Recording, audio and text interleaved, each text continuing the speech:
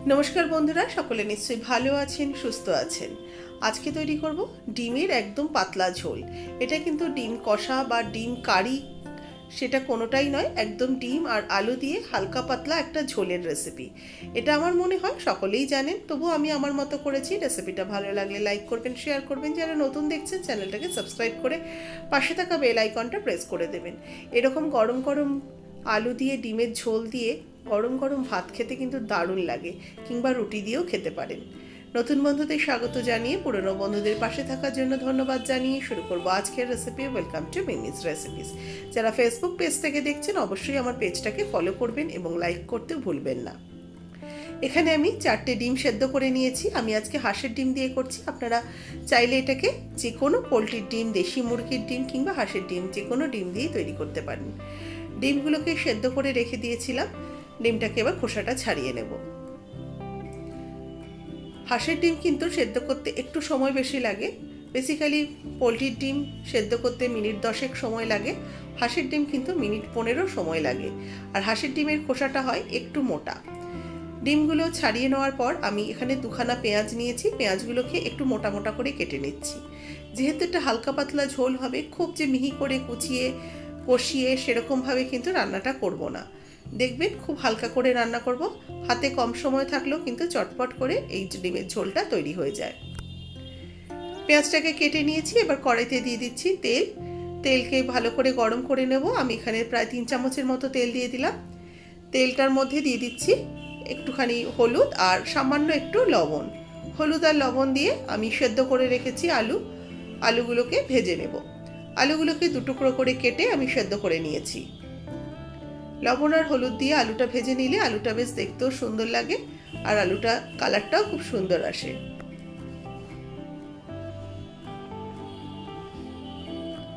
একটু এপিট ওপিট করে আমি একটু লাল লাল করে আলুটাকে ভেজে নিচ্ছি। ডিমের ঝোল কিংবা মাংসের ঝোল এইসবের মধ্যে আলু দিলে কিন্তু আলুটার টেস্ট বেশি ভালো লাগে। আলুটা ভাজা হয়ে গেছে। এবার এই আলুটাকে উঠিয়ে রেখে দেব। এবার ওই তেলের মধ্যে আমি ডিমগুলোকে ভেজে নিচ্ছি।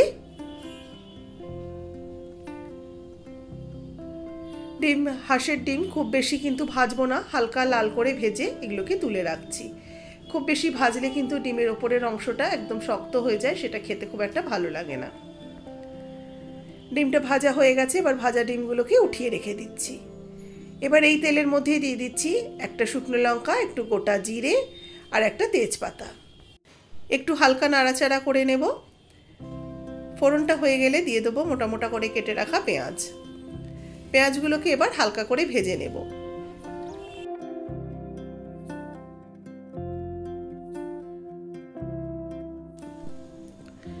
পেঁয়াজটা দেখুন বেশ ভাজা হয়ে গেছে। এর বেশি কিন্তু আর ভাজবো না। মোটামুটি পেঁয়াজটা একটু নরম হয়ে যাবে, ততক্ষণ আমি পেঁয়াজটাকে ভেজে নিচ্ছি।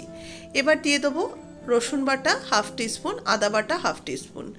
রসুন আর আদা বাটাটাকেও এবার একটুখানি আমি নাড়াচাড়া করে কষিয়ে নেব, যতক্ষণ না রসুনের থেকে বা আদার থেকে কাঁচা গন্ধটা চলে যাচ্ছে। কিছুক্ষণ কষিয়ে নিয়েছি। এবার দিয়ে দেবো একটা টমেটো। স্লাইস করে নেওয়া টমেটোটা দিয়েও টমেটোটাকেও এবার ভালো করে এর সাথে কষিয়ে নিচ্ছি। টমেটোগুলোও কিন্তু বেশ বড় বড় করেই কেটে দিয়ে দিয়েছি। দিয়ে দিলাম 1/2 টিস্পুন হলুদ গুঁড়ো, 1/2 টিস্পুন কাশ্মীরি লঙ্কার গুঁড়ো, 1/4 টিস্পুন ধনের গুঁড়ো আর 1/4 টিস্পুন জিরের গুঁড়ো, স্বাদ মতো লবণ। এবার মশলাটাকে সামান্য একটু জল দিয়ে কষাতে থাকবো। মশলার পরিমাণ কিন্তু খুবই সামান্য, একদম 1/4 টিস্পুন করে আমি ধনে বা জিরের গুঁড়ো দিয়েছি, যাতে এটা একদম হালকা পাতলা একটা ঝোল হবে। বেশি মশলা হলে খেতে সবসময় ভালো লাগে না, একটু হালকা রান্নাও ভালো লাগে। কম তেল মশলাতেও কিন্তু রান্নার স্বাদ হয়, তবে একদমই কম তেল মশলা এটাতে বলবো না। এবার ভালো করে মশলাটাকে কষিয়ে নিচ্ছি যতক্ষণ এর থেকে তেল ছেড়ে আসছে। মশলা ভাজা ভাজা হয়ে গেলে ভেজে রাখা আলু আর ডিমটা অ্যাড করে দিলাম। আলু ডিমটা অ্যাড করে দিয়ে এগুলোকেও একটু কিছুক্ষণ কষিয়ে নেব। মিনিট 2-3 ভালো করে আলু আর ডিমটাকে কষিয়ে নিয়েছি। দেখুন বেশ শুকনো শুকনো যখন হয়ে যাবে, আলু আর ডিম কষানো হয়ে যাবে, এর মধ্যে অ্যাড করব ঈষৎ উষ্ণ গরম জল। অবশ্যই চেষ্টা করবেন একটু হালকা উষ্ণ গরম জল দেওয়ার, তাহলে যে কোনো ঝোলেরই একটু টেস্টটা ভালো আসে। যেহেতু এটা ঝোল হলো সেই জন্য আমি কিন্তু জলটা একটু পর্যাপ্ত পরিমাণে দিলাম। এবার ভালো করে মিক্সড করে নিয়ে এটাকে একটু ফুটতে দেব। এবার 2-3টে কাঁচা লঙ্কা আমি এর মধ্যে অ্যাড করে দিচ্ছি, কারণ এর মধ্যে কিন্তু কোনো রকম ঝাল আমি অ্যাড করিনি, সেই জন্য একটু কাঁচা লঙ্কাটাই বেশি করে দিচ্ছি। ঢাকা দিয়ে রেখেছিলাম লো আঁচে, যাতে সমস্ত কিছু আস্তে আস্তে ভালো করে সেদ্ধ হয়ে যায়।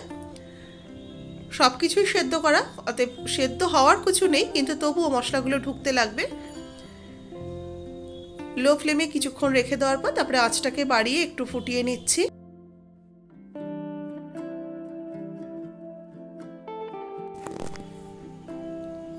মিনিট 2-3 ভালো করে হাই ফ্লেমে ফুটিয়ে নিয়েছি, ঝোলটা ঘন হয়েছে। এবার নামানোর আগে দিয়ে দিচ্ছি 1/2 টিস্পুন গরম মশলা গুঁড়ো আর অল্প একটু ঘি, একদম 1/4 টিস্পুনের মতো ঘি দিলাম। ঘি আর গরম মশলা গুঁড়োর ফ্লেভারটাই কিন্তু বেশ ভালো আসবে, তার সাথে এই কাঁচা লঙ্কার ফ্লেভারটাও কিন্তু, গোটা কাঁচা লঙ্কা, তার ফ্লেভারটাও খুব সুন্দর আসবে। রেসিপিটা হয়ে গেছে, আমি নামিয়ে নিচ্ছি। ডিমের ঝোল রেডি হয়ে গেছে আমার এই পাতলা ডিমের ঝোল, ডিম আলুর ঝোল। রেসিপিটা ভালো লাগলে অবশ্যই লাইক করবেন, শেয়ার করবেন। যারা নতুন দেখছেন চ্যানেলটাকে সাবস্ক্রাইব করে পাশে থাকা বেল আইকনটা প্রেস করে দেবেন। আর ওপর থেকে আমি কয়েকটা গোটা কাঁচা লঙ্কা দিয়ে দিয়েছি, এর ফ্লেভারটা ভীষণ ভালো আসে গরম গরম খাওয়ার সময়।